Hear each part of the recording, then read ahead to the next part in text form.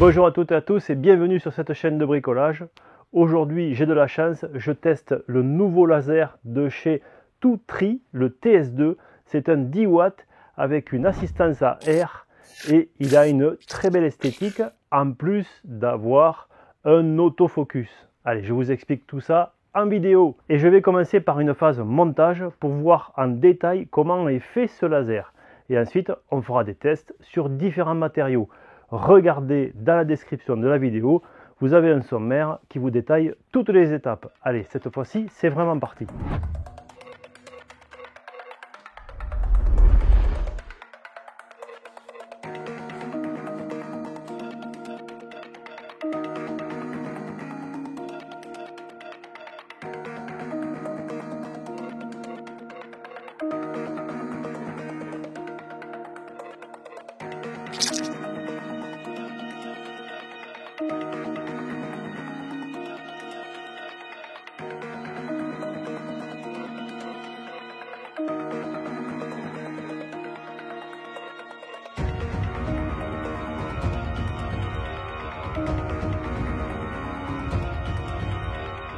Pour l'étape 1, il faut prendre ce fronton, cette partie frontale, et il faut prendre ces deux parties du châssis. Et pour les assembler, il faut prendre les vis M5 par 25. Tous les outils sont dans cette pochette. Donc on commence ici à assembler le châssis en ayant pris soin de faire passer la courroie par-dessus la poulie ici. Et en faisant attention à ce câble. Donc on écarte le câble, on met deux vis ici.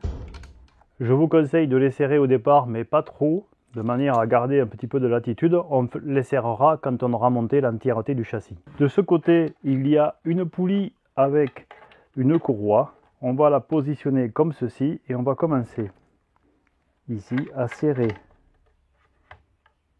en faisant rentrer le châssis à l'intérieur. Voilà, comme ça. On va mettre une troisième vis. Là non plus, on ne serre pas. On va fixer cette poulie de renvoi ici avec des vis M4 par 16. Deux vis M4 par 16. Ici. Celles-ci, on va les serrer. Fin de l'étape 1. Pour l'étape suivante, on va prendre l'autre axe et les trois vis M5 par 25 restantes. On commence par mettre ici la courroie. On pose l'axe et on va de l'autre côté. On va positionner ici le châssis, la poulie de renvoi et on visse. Donc une vis ici, deux vis ici.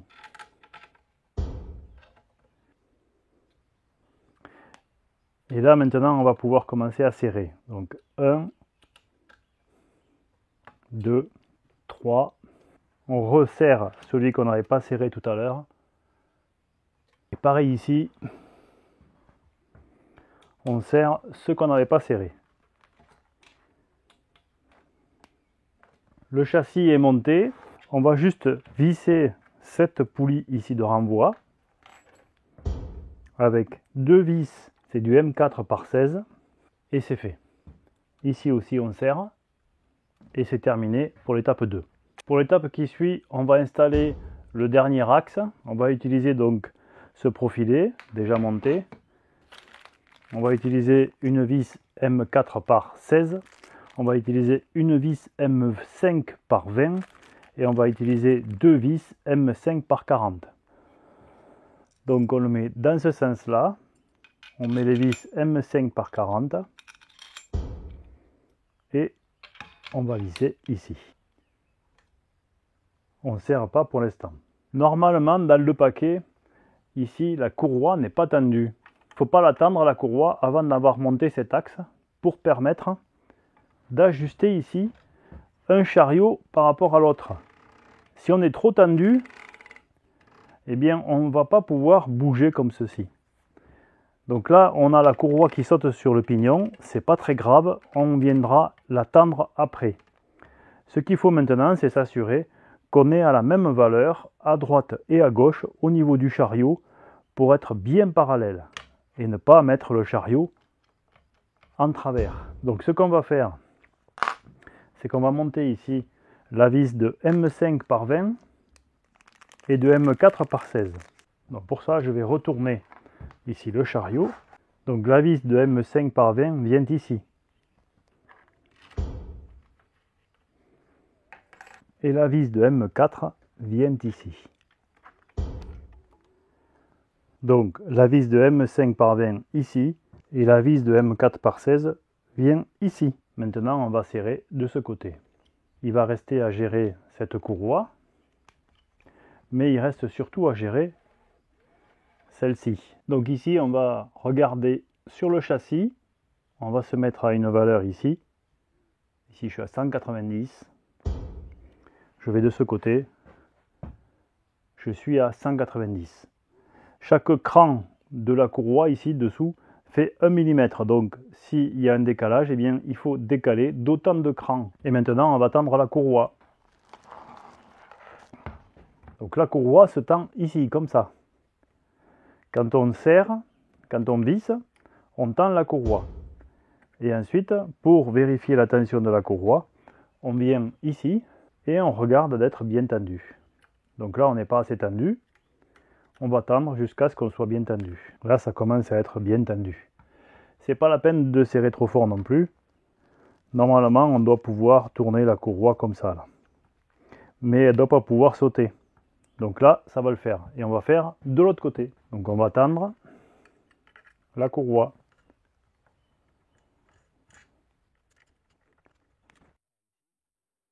On retourne à nouveau le châssis et on vérifie que l'on est toujours bien aligné. Donc on va prendre un point de repère, 140, 140. Donc de ce côté, on est à 140. Et de ce côté, on est à 140. Le fait de tendre la courroie, normalement, ça ne la fait pas sauter. Donc le réglage du parallélisme est bon. Maintenant, on va passer à l'étape où on installe le module laser. Et pour ça, il faut 4 vis de M3 par 6. Et on va l'installer ici. Donc il y a 2 vis qui vont en haut, ici. Et 2 vis qui vont en bas. Donc il faut remonter ici le châssis pour pouvoir aller mettre les vis en bas. Et puis on installe le capot de protection du laser. Et la protection ici de laser est vissée avec 2 vis. Maintenant on va installer ici le câblage sur l'axe X, qui est cet axe. Pour l'installation ici de ce support de câblage, on va utiliser le pack de vis de M3 par 6. Il y en a 14. Ça va nous servir à installer toutes les fixations de ce câblage. On va prendre ici le bout du câblage, on va le dégager un petit peu pour avoir accès ici aux vis. Et on va mettre 2 vis ici,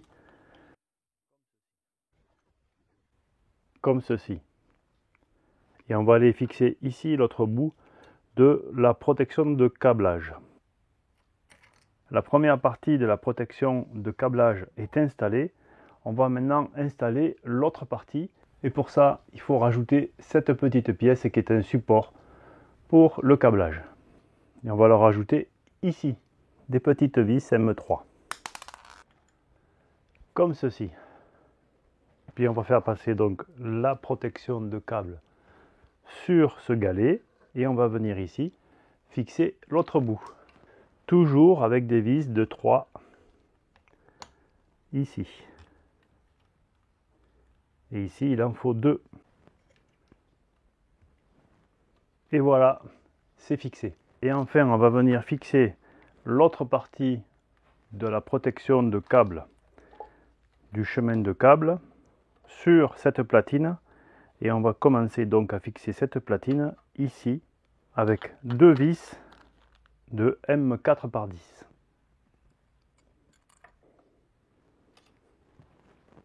Sur ce support ici est fixée une butée. C'est la butée de l'axe. Elle est ici. Et donc on va venir fixer ici le support. Et on va les fixer toujours avec des petites vis M3. Voilà. Donc avec le reste des vis de M4 par 6, on va installer le moteur en faisant attention de mettre la connexion vers l'arrière de la machine, comme ceci.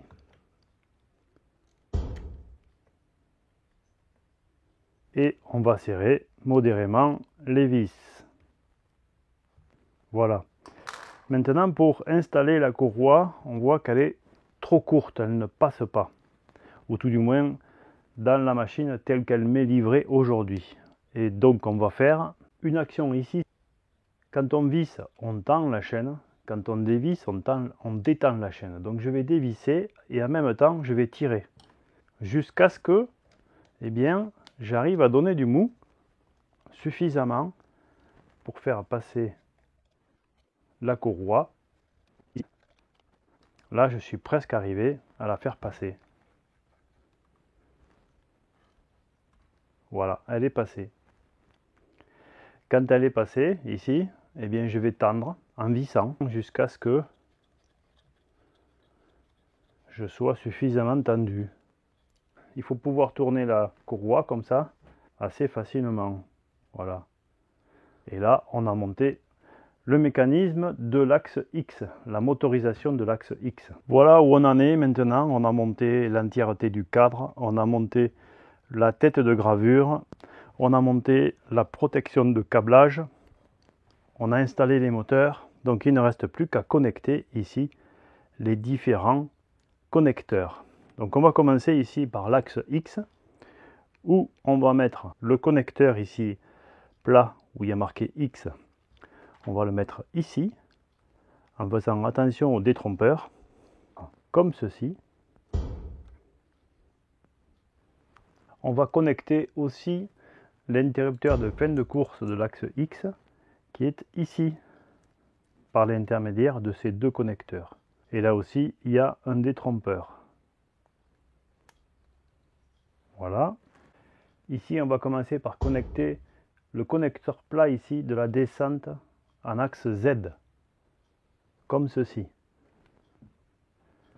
Et on va avoir ici un N, donc on va chercher le N ici. Donc on va connecter le N avec le N, on va connecter le A avec le A, le 1 avec le 1, et il nous reste un connecteur qui vient de dessous ici, et qui est le connecteur E. C'est le seul qui a 3 broches. Voilà. On va venir plus tard fixer tout ça. Le connecteur du moteur Y vient dessous.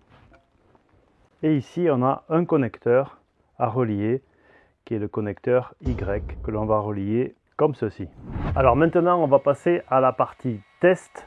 Je vais vous montrer comment j'ai réalisé cette gravure sur de l'aluminium anodisé, comment j'ai réalisé cette gravure sur de l'acier inoxydable, comment j'ai découpé et gravé de l'acrylique,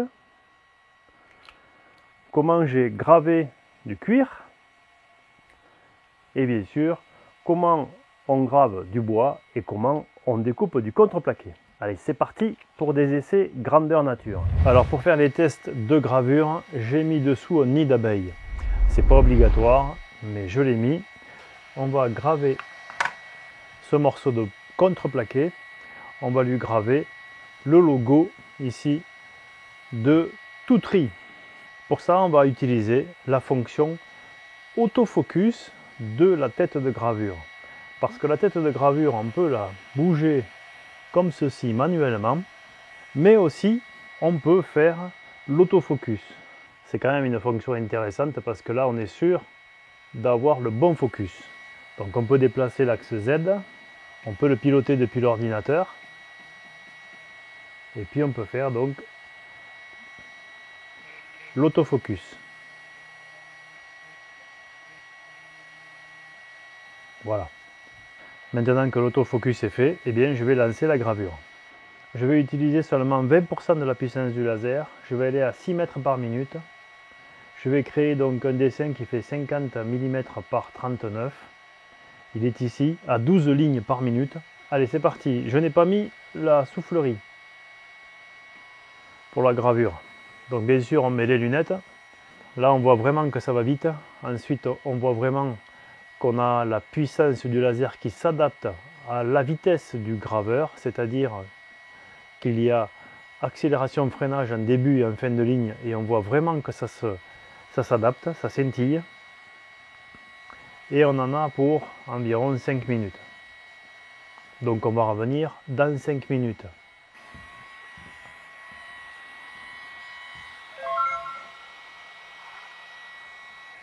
Voilà ce qu'on a obtenu. On est encore trop puissant, on fait des stries ici et là. On a trop brûlé, on aurait pu encore baisser la puissance ou augmenter la vitesse. Même si les fibres du bois ressortent dans la gravure, on a quand même une finesse ici intéressante. On va essayer de le découper. Ce contreplaqué fait 5 mm d'épaisseur. Donc on a une valeur qui est indiquée ici, un contreplaqué de 5 mm, 300 mm par minute d'avance et 100% de puissance en une fois. Donc on va essayer cette valeur. Et on va mettre de l'air. Je n'ai pas de pompe, je me sers de mon compresseur. Donc le débit d'air ici n'est pas aussi performant que ce qu'il devrait être parce qu'il n'est pas contrôlé. Allez, c'est parti pour de la découpe.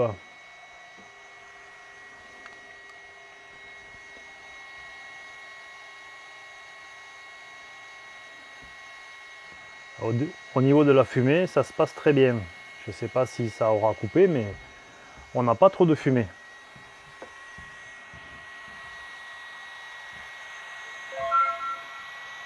Donc c'était donné pour 300, j'ai mis 300 et on obtient ça.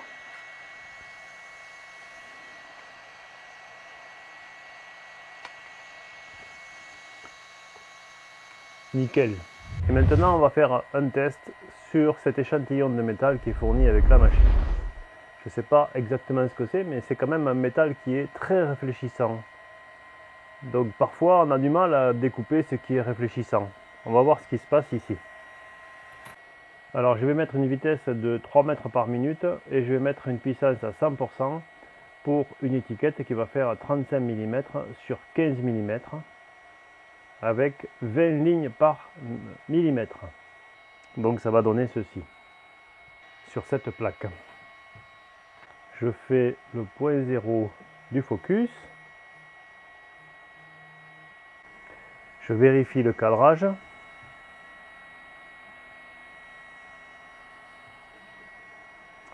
Et je lance la gravure. Je vais bien mettre mes lunettes parce que ça risque de flasher un peu partout. C'est parti.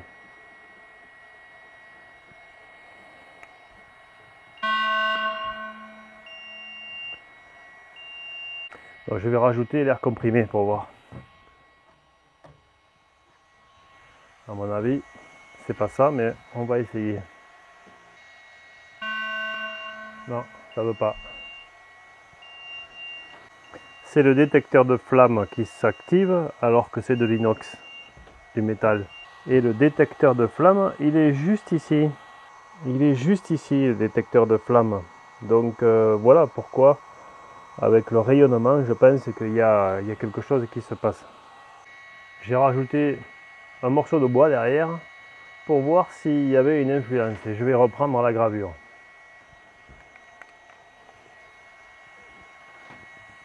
J'ai repris la gravure juste avant.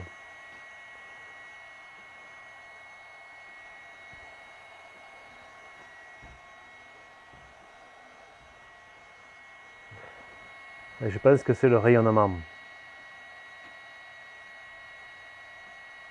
Parce que c'est une plaque réfléchissante, donc il doit y avoir un lien de cause à effet.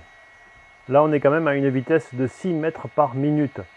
Avec bien sûr une puissance à 100%, mais une vitesse de 6 mètres par minute. Bon, il est impossible d'avoir une flamme sur de l'inox. C'est impossible. Donc il n'y a pas besoin d'avoir cette inquiétude avec cette alarme.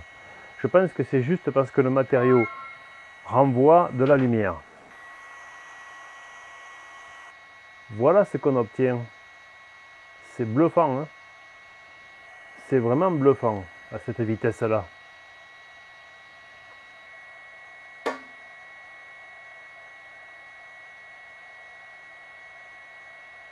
Donc j'ai mis la soufflerie en pensant que ça allait réduire, mais en fait ça n'a rien à voir. Je pense que c'est parce que ce matériau est réfléchissant et renvoie sur le capteur une alarme incendie alors qu'il n'y en a pas. On le voit bien, ça réfléchit énormément. Mais ça arrive quand même à graver. C'est ça qui est fabuleux. Certains lasers nécessitent qu'on peigne en noir. Celui-là n'en a pas besoin. Allez, c'est parti. Là, je grave de l'inox donc et je grave mon logo pour comparer avec les autres. Ça a duré 49 secondes. Et j'ai obtenu ça. C'est bluffant, non? Et là, comme ce matériau est moins réfléchissant que celui-ci, eh bien, je n'ai pas eu ce déclenchement d'alarme. Ici, j'avais fait plusieurs essais et j'avais notamment fait un essai à 300 mm par minute. Et là, 300 mm par minute, on a complètement défoncé. Alors qu'ici, à 6 mètres, eh bien, on a apposé ici le logo, on a coloré et on peut gratter. Ça s'en va pas. On peut gratter sans problème, ça ne part pas. C'est bien gravé. Allez, maintenant je vais faire un petit test marrant sur du bois massif. Pour faire ce test, je vais mettre 6 mètres par minute, je vais mettre une puissance dynamique, je vais mettre 50% et pas 5%. 50%. Je vais mettre une taille de 40 par 35 mm et ça va me faire ce logo que je vais graver sur ce morceau de bois. Je refais le zéro.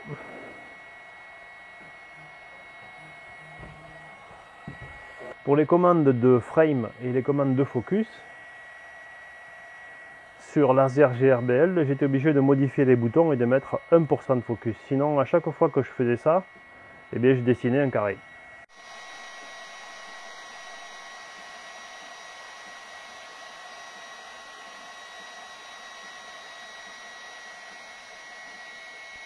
Alors pour ce qui est de la vitesse, là quand même, on est servi.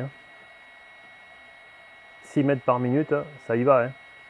Là, on est à la limite, je pense, d'un laser pour professionnel ou semi-professionnel. Parce qu'on a des vitesses quand même qui permettent d'avoir des gravures qui sont réalisées dans des temps relativement rapides, comparé au laser de 5 watts. Voilà, c'est terminé. Et le résultat est plutôt sympathique. On a pénétré, je pense, de quelques dixièmes, même si on est à 50%. Et je n'ai pas mis la propulsion d'air, l'air pulsé. Je mets l'air pulsé uniquement pour la partie découpe. Là, ça n'est pas nécessaire. Il y a déjà une ventilation intégrée dans la tête qui suffit pour ce genre de gravure. Bon, maintenant je vais tester de la gravure sur du cuir. C'est du cuir sombre. J'ai mis 6 mètres par minute avec une puissance de laser à 20% et une seule passe.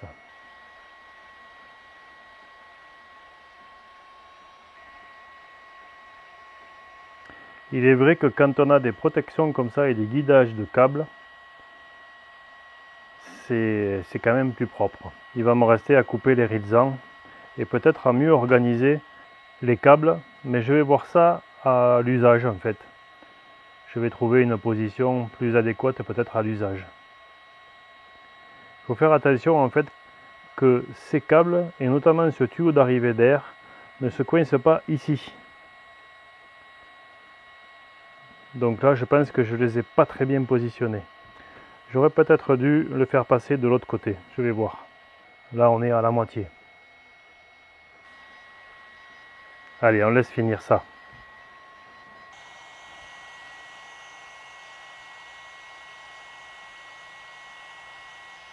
Voilà ce qu'on a obtenu. Maintenant, on va essayer de graver de l'aluminium anodisé. On a fait l'autofocus. Je vais mettre 15 lignes par millimètre. Je vais mettre, d'après ce que dit la notice, 6 mètres par minute et une puissance à 20%. Je vais vérifier que je sois bien dedans. 6 mètres par minute, 20% de puissance laser avec un débit d'air que je ne sais pas trop quantifier, mais avec un débit d'air. C'est que comme c'est de l'aluminium anodisé, j'ai augmenté le nombre de lignes pour être sûr que le faisceau va se chevaucher, parce que le faisceau fait 8 centièmes. Et ça a l'air de fonctionner parfaitement. La qualité de finition ici des axes, des mouvements des axes, avec ces poulies anodisées, franchement, c'est sympa. Hein. Et voilà ce que ça a donné. C'est plutôt sympa, même si l'air a fait bouger. La pulsation de l'air a fait bouger la petite plaque, elle est très très fine. J'aurais dû la coller, mais pour le reste, c'est plutôt pas mal. Je vais faire le même essai de ce côté, sans air. J'ai montré ce graveur laser dans plusieurs réels sur Instagram, bien avant de sortir cette vidéo. Si vous voulez être au courant des nouveautés, abonnez-vous à mon compte Instagram. Donc je fais une gravure mais sans air. Il n'y a que l'air du ventilateur pour refroidir le laser. C'est parti. Même vitesse, même caractéristique que précédemment et on va pouvoir comparer. Ce qu'il y a de bien avec la gravure laser, c'est qu'on a le temps de prendre un bon café. Cette gravure a mis à peu près 5 minutes. Et voilà le résultat. Je vais y passer un coup de chiffon pour voir. Ah oui. Donc là on est à 6 mètres par minute avec une puissance à 20% sur de l'aluminium anodisé. Et on sent les traits. Donc on a bien attaqué là, on sent bien les traits. On va continuer par de l'acrylique en 3 mm d'épaisseur. Avec un revêtement ici en papier. On va essayer de le graver et on va essayer de le découper. Le réglage de la tête de gravure nécessiterait à elle seule une vidéo complète. Donc je ne vais pas en parler trop en détail ici. J'en parlerai si je vois que cette machine intéresse du monde. Donc laissez-moi des commentaires. Allez, on va lancer la découpe. 100 mm et cette fois-ci 100% de puissance.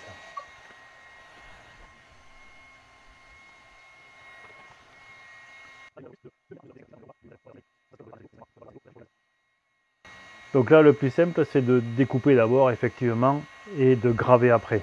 Comme ça, je vais centrer la gravure.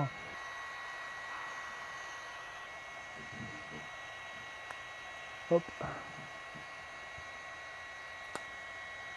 Je ne vais pas enlever la partie ici. J'ai juste ce cercle-là que je peux enlever. Hop. Et j'ai un porte-clés. Alors la surface est un petit peu brute ici, mais j'ai un porte-clés que je vais pouvoir graver maintenant au milieu. C'est peut-être la façon de procéder la plus évidente et la plus méthodique. Commencer à découper, comme ça après en mettant le faisceau au milieu, on arrive à s'assurer qu'on va graver au bon endroit. Allez, c'est parti, 6 mètres par minute et cette fois-ci 200%.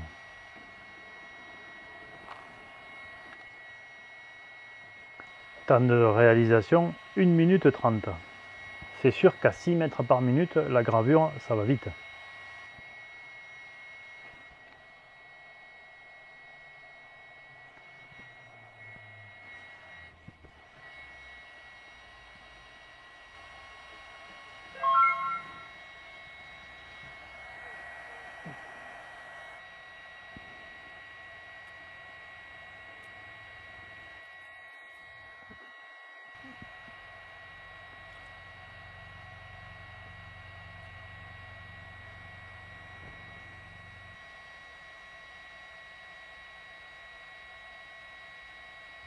Ce laser est un peu différent de ceux que je vous ai présentés jusqu'à maintenant.